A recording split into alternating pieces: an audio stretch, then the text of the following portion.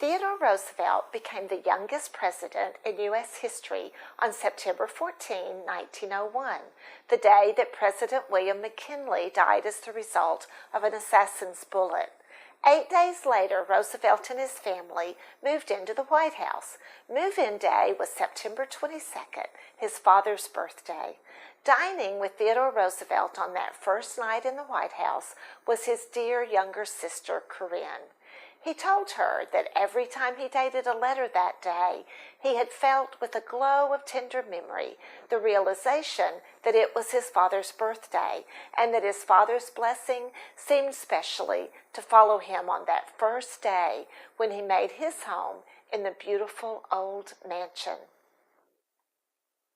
4 years after Theodore Roosevelt died in 1919, Gutzon Borglum was making his final decisions about which presidents he would carve on Mount Rushmore. He chose President George Washington for his role in founding our country, Thomas Jefferson for his role in expanding the territory of our country, and Abraham Lincoln for his role in preserving the Union.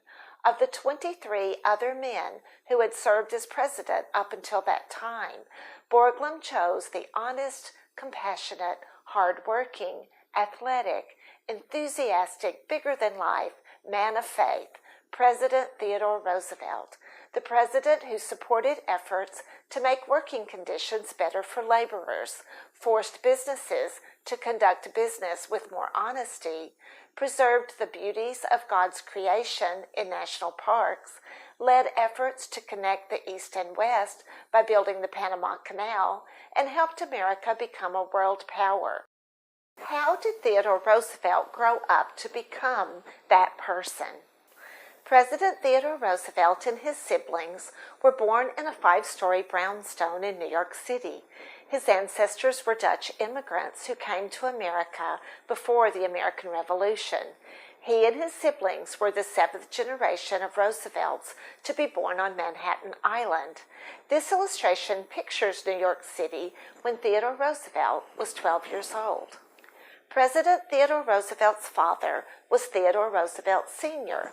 The elder Roosevelt met Theodore's mother, Martha Bullock, in 1850 at her family's plantation in Georgia while on a southern trip with friends. The 19-year-old New Yorker was smitten by this black-haired 15-year-old Southern belle called Mittie. She was not won easily, but in 1853 she accepted his proposal of marriage. Shortly after he visited her in Georgia during their engagement, she wrote this to him: "I could not help my tears from springing and had to rush away and be alone with myself. Everything now seems to be associated with you. I only live in your being, for now I am confident of my own deep love." A few days later, he wrote to her, "I had, as I was in the office, to lay the letter down for a few minutes to regain command of myself. Oh, Mittie, how deeply, how devotedly I love you." Later that year, just before Christmas, Theodore and Mittie were married in Mittie's home, the old Bullock Hall plantation mansion. Theodore Roosevelt and his 3 siblings were born into a stable family with parents who deeply loved and respected one another. Theodore and Mittie's firstborn child was Anna, born 2 years after their marriage. Theodore Jr. was born in 1858, Elliot in 1860, and Corinne in 1861. Anna was called Bammy or Bai all her life, perhaps since Mittie had a sister who was also named Anna.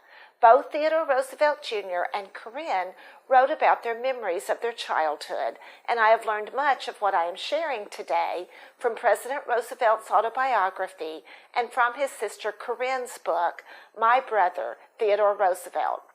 President Roosevelt and Corinne both said that though only 4 years older than Theodore, Bammy was always mysteriously classed with the grown people, and that the nursery consisted of Theodore, called Teddy, Elliot, called Ellie, and Corinne, called Connie. Bammy saw herself the same way her siblings did. In a letter she wrote when she was just 14, she spoke of the 3 little children and we 3 older ones, meaning her parents and herself. Theodore always looked up to his older sister and sought her advice while serving as president. As Theodore and Mittie, whom the children called Father and Little Motherling, reared their 4 children, they devoted themselves to providing what each of them needed, both for their physical needs and in keeping with their special interest. Bambi suffered from serious curvature of the spine, Elliot from severe migraines, and Teedy and Corinne both had asthma. Teedy's was particularly severe. Their parents met their needs no matter what it took, whether searching for the best doctor for Bambi or taking Teedy for drives in the fresh air in the middle of the night. Theodore Jr. wrote that his father and mother encouraged him warmly in any interest that could give him wholesome pleasure or help to develop him. In his autobiography, President Roosevelt described his mother as a sweet, gracious, beautiful Southern woman, a delightful companion, and beloved by everybody. Corinne called her the most lovely mother. Mittie was not the only Southern woman in the Roosevelt household. 2 years after Bambi was born, Mittie's mother and sister moved to New York to live with the family. Theodore described their grandmama as one of the dearest of old ladies. Corinne wrote of her beautiful grandmother and the deep devotion her mother and her mother's siblings had for their mother. Corinne described Aunt Anna as the most charming aunt. Theodore said, "She was as devoted to us children as was my mother herself, and we were equally devoted to her in return.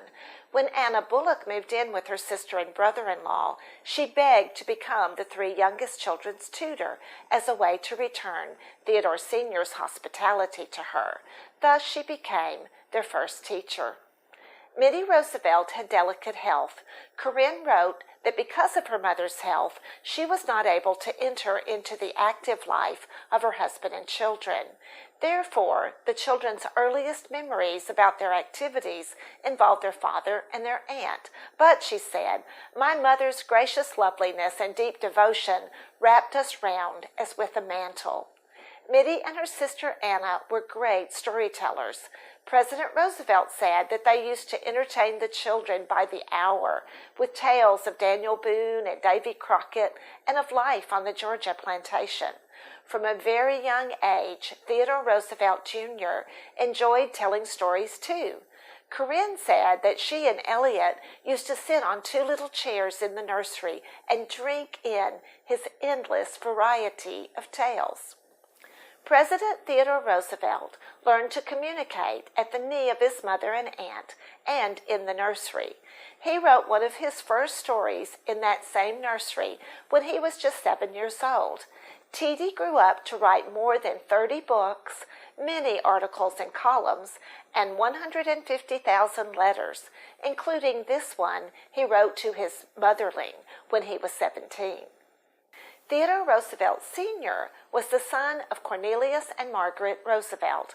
Corinne said her grandfather was fine and true and loyal and described him as a typical merchant of the day.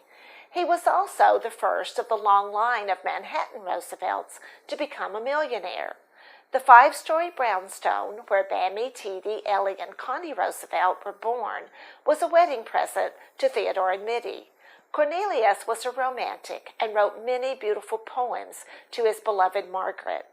Margaret taught her son that with wealth came responsibility to serve others, a lesson he took deeply to heart. Theodore Sr. loved and honored his father and mother. He worked in business with his father and visited his mother every day. Theodore Sr., this son of Cornelius and Margaret Roosevelt, was a devoted father. Corinne Roosevelt said that her father stood out as the most dominant figure in their early childhood. She said, "He developed into one of the most enchanting characters with whom I personally ever came in contact. Sunny, gay, dominant, unselfish, forceful and versatile. My father, in his brief life of 46 years, achieved almost everything he undertook, and he undertook many things. He had the power of being interested in many things outside of his own personal interest. Corinne said that he had a delicate and comprehending sympathy, and that her brother's great love for humankind was a direct inheritance from their father. She told of how her father always gave up one day of every week to the personal visiting of the poor in their homes. Though he helped to found aid societies, a hospital, and museums, he felt that he must also get close to the hearts and homes of those who were less fortunate than he was. One of Theodore Sr.'s favorite charities was the Newsboys Lodging House, founded for boys who sold newspapers on the streets of New York. He went there every Sunday night and took a personal interest in the boys. At a very early age, he took his children with him and required them to help. Corinne said that her father was the most intimate friend of each of his children, and in some unique way seemed to have the power of responding to the need of each child. She said they all craved him as their most desired companion. One of the ways he showed love to his children was that he would do something special for each of them on his or her birthday. Corinne shared his love for horses, so always on her birthday, they would have an all-day adventure behind a pair of horses. They drove many miles, enjoyed a picnic lunch, and then read poetry to one another for hours. Theodore and Mittie Roosevelt had a strong and healthy marriage, but they did not always agree. During the Civil War, Mittie's brothers fought for the South, and Theodore Sr. worked for the Union cause, spending time in Washington, D.C., and meeting with President Lincoln. While he was gone, Mittie, Anna, and their mother sent care packages to relatives behind the Confederate lines. Mittie's once wealthy mother suffered financial difficulties, and she and Anna were financially dependent on Theodore Sr. Corinne wrote that it must have been bitter for Grandmama to accept this during the Civil War. She said that it spoke volumes for the characters of both, that during the whole war there was never a moment of estrangement between them, or between Theodore Sr. and his sister-in-law Anna. President Lincoln signed this photo for Theodore Sr. In 1902, President Roosevelt wrote on the back, "Given to Father by President Lincoln, by Father to Aunt Annie, now to be by Uncle Jimmy." The Uncle Jimmy he refers to is his Aunt Anna's husband. The photo also says that John Hay certifies that the president's signature is genuine. Theodore Sr. brought John Hay home to meet his family when T.D. was 11 years old. When Mr. Roosevelt introduced Mr. Hay, he said that he believed that in the future, Mr. Hay would make a name for himself in the United States. Young T.D. looked gravely into Mr. Hay's face and shook his hand. Neither of them knew then that little T.D. would someday be President of the United States, and Mr. Hay would serve as his Secretary of State. These are letters that Mr. Roosevelt wrote to Bammy and T.D. while he was in Washington. Theodore Sr. was away for almost 2 years while he worked to help the Northern cause. He realized what a strain it was for his young wife. He wrote to Mittie that he wished she would look at the war the same way he did, but his letters during that time show no hint of hurt feelings or friction. Mittie's answers to her husband's letters were very loving. Even though she was alone and delicate, she never dwelt on her loneliness or her poor health. Instead, she wrote him the details of the home and children he loved so much. After the assassination of President Lincoln, the processional went down the street in front of Cornelius and Margaret Roosevelt's home. Young Theodore and Elliot are seen in the upstairs window of their grandparents' home, watching the processional go by.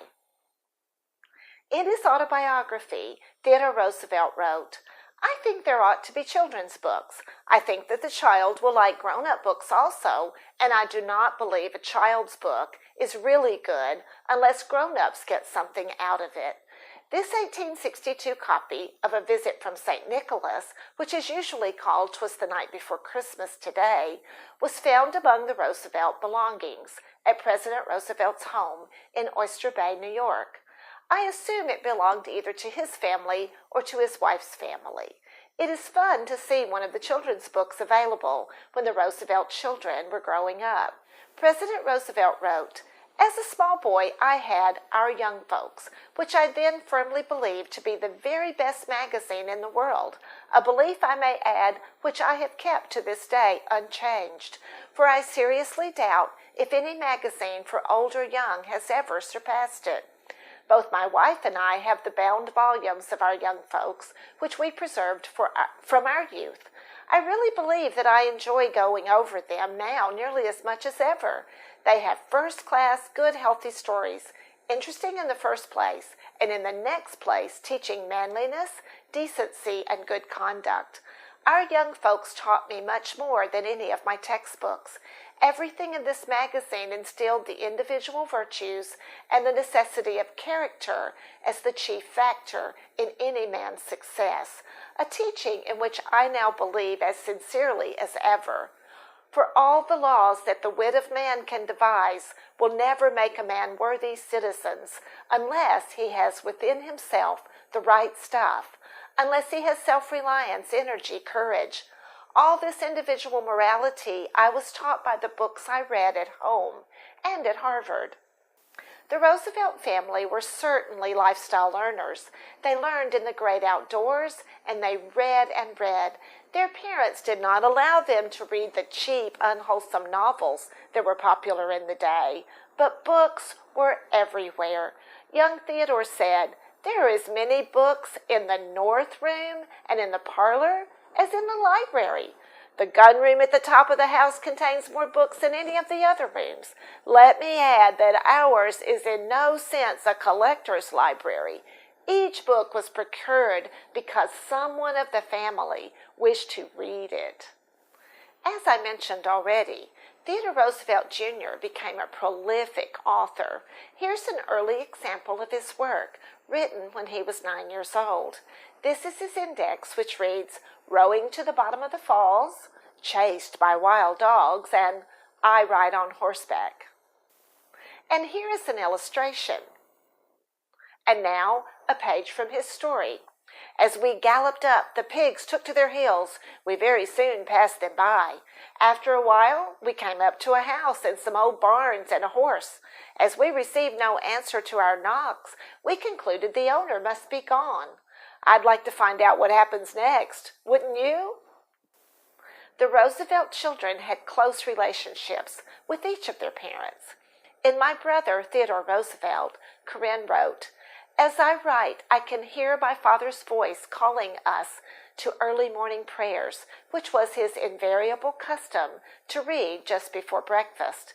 Even this religious service was entered into with the same joyous zest which my father had the power of putting into every act of his life, and he had imbued us with the feeling that it was a privilege rather than a duty to be present, and that also the place of honor while we listened to the reading of the Bible was the seat on the sofa between him and the end of the sofa." In this loving note, Theodore Sr. sent word on his office stationery that he would call on Teedy at 3 that afternoon.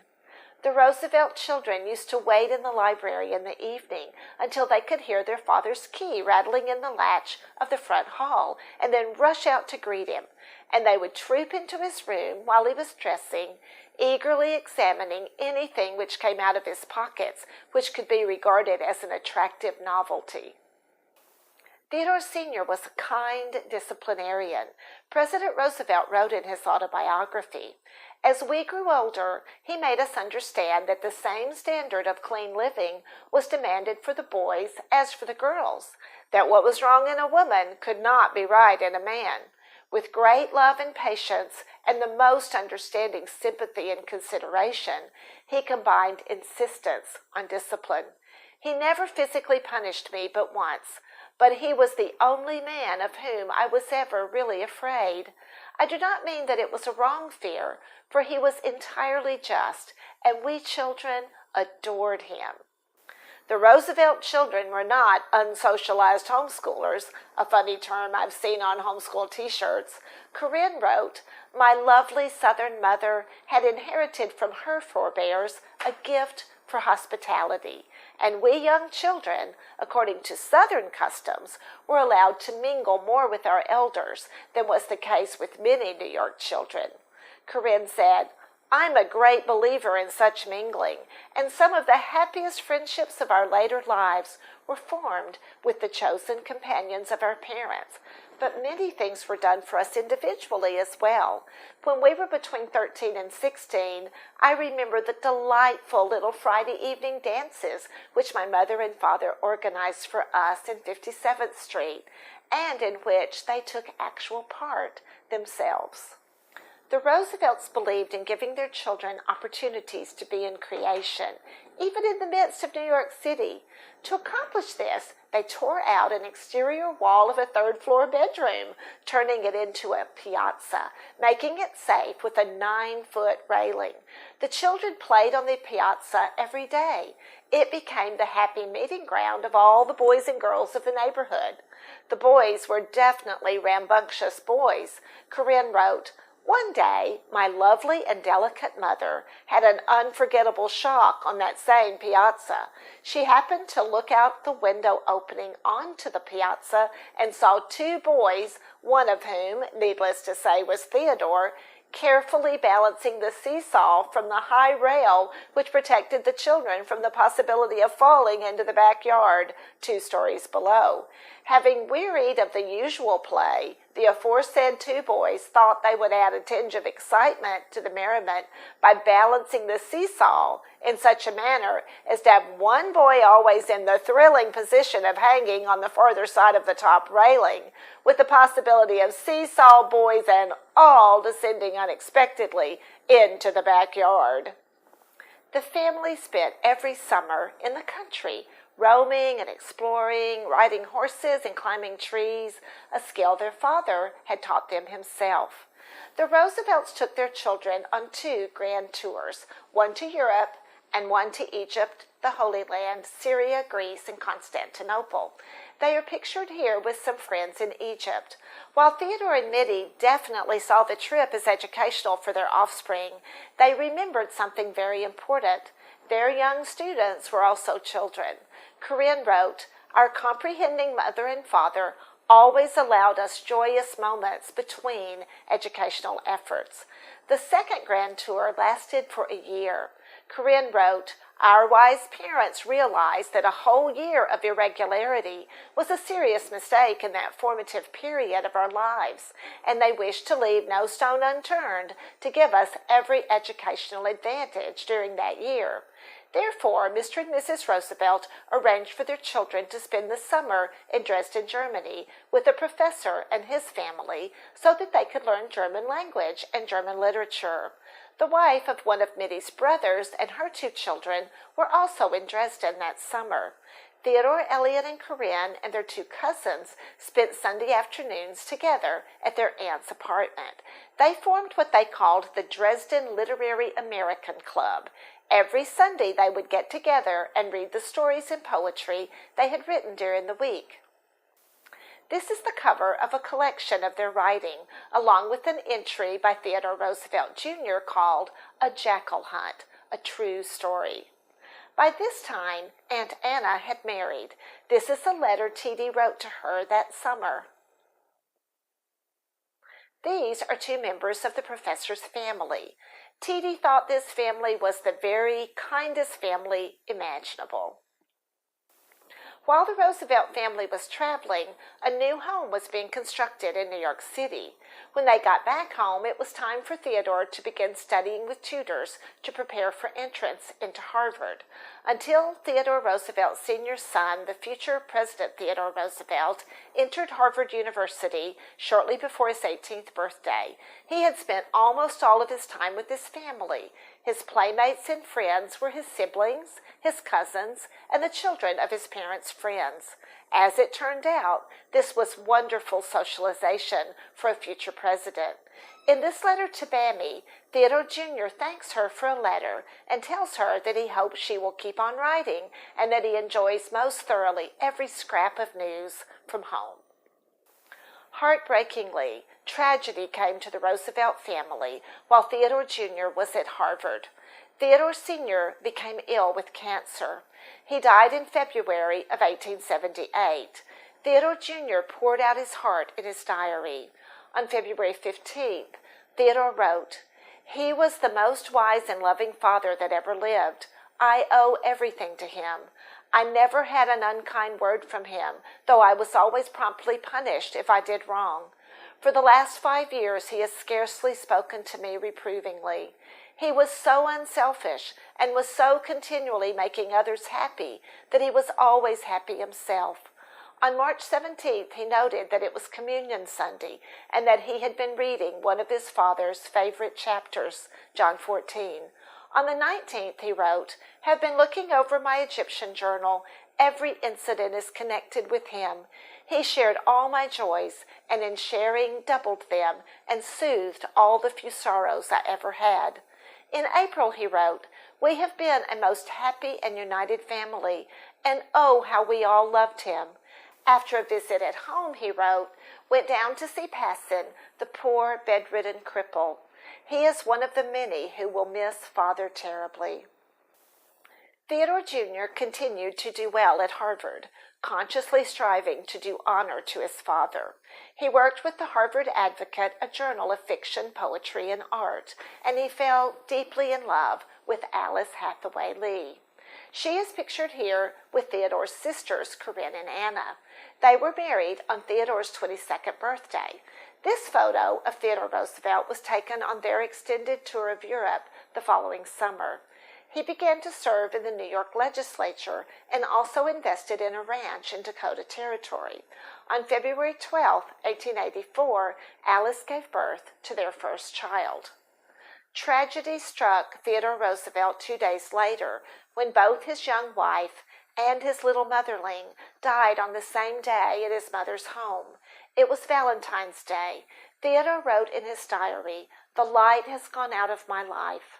On February 16th, Theodore Roosevelt wrote a tribute to Alice, including these words, "We spent 3 years of happiness greater and more unalloyed than I have ever known fall to the lot of others."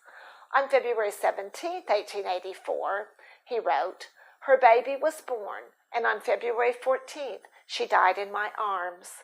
My mother had died in the same house on the same day, but a few hours previously. On February 16th, they were buried together in Greenwood. On February 17th, I christened the baby Alice Lee Roosevelt. For joy or for sorrow, my life has now been lived out.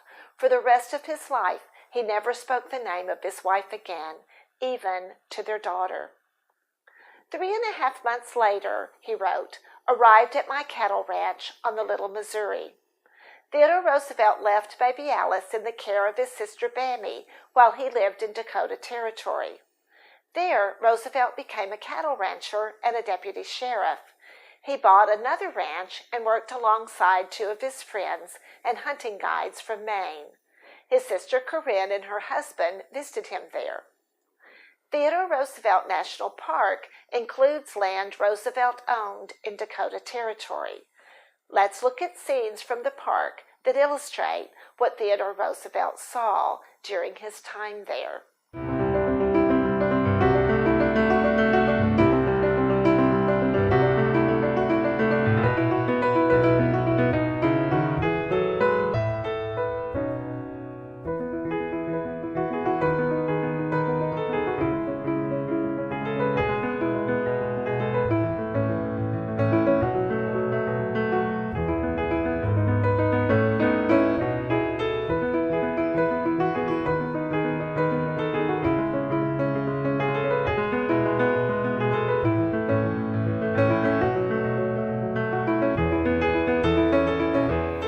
While Roosevelt was in Dakota Territory, he began a courtship with his childhood friend, Edith Carew.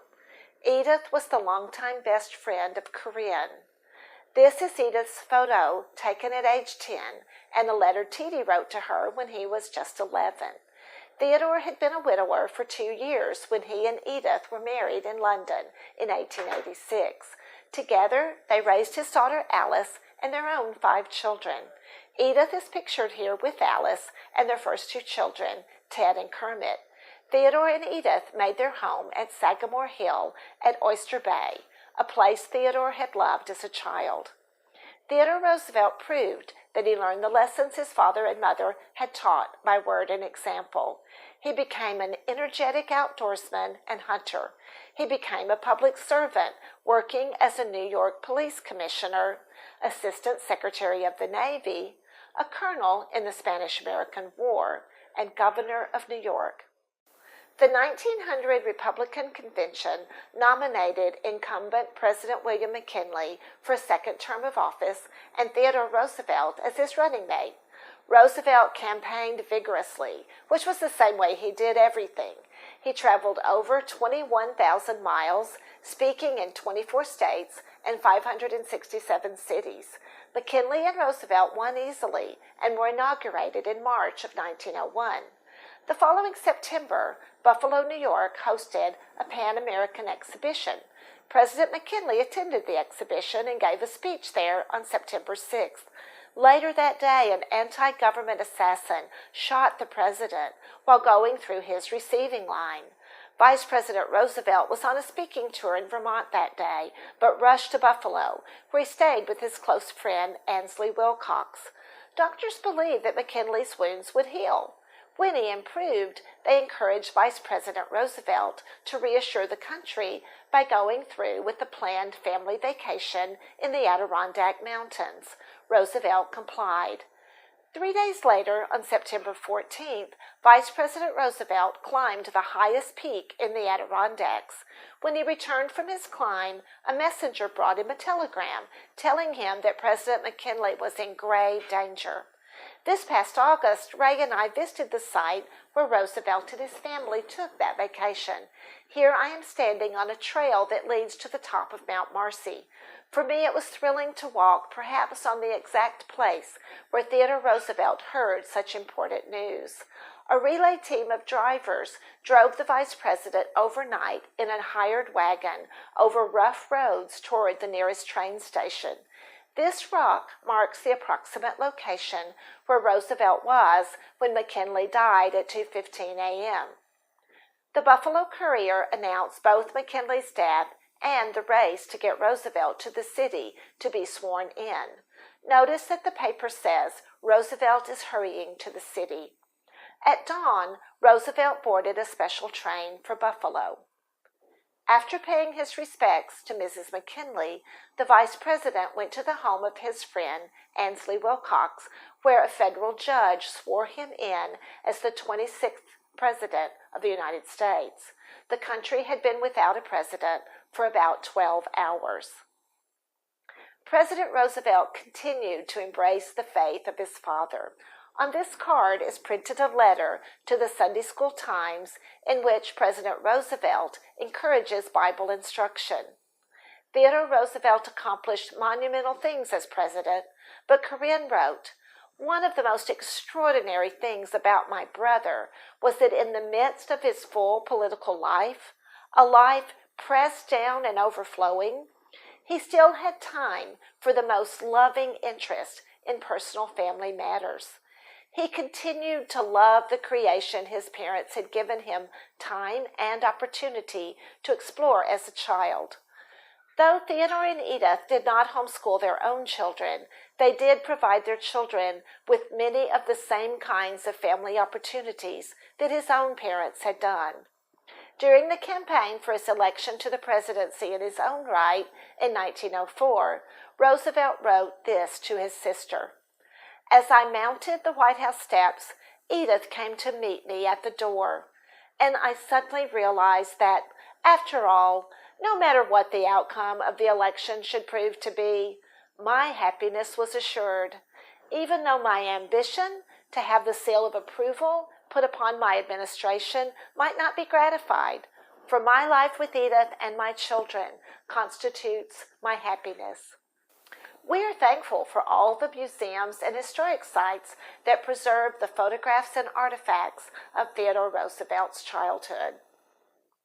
In my new book, Homeschooling, The Making of Theodore Roosevelt, I have shared the exciting story of how Theodore and Mittie Roosevelt homeschooled a future president, and about how you can homeschool like Theodore and Mittie. I know that most of us cannot take our children on grand tours of Europe, but we can take them down the street and show them our courthouse or take them to the park. We can give them the same kinds of opportunities that Theodore and Mittie did.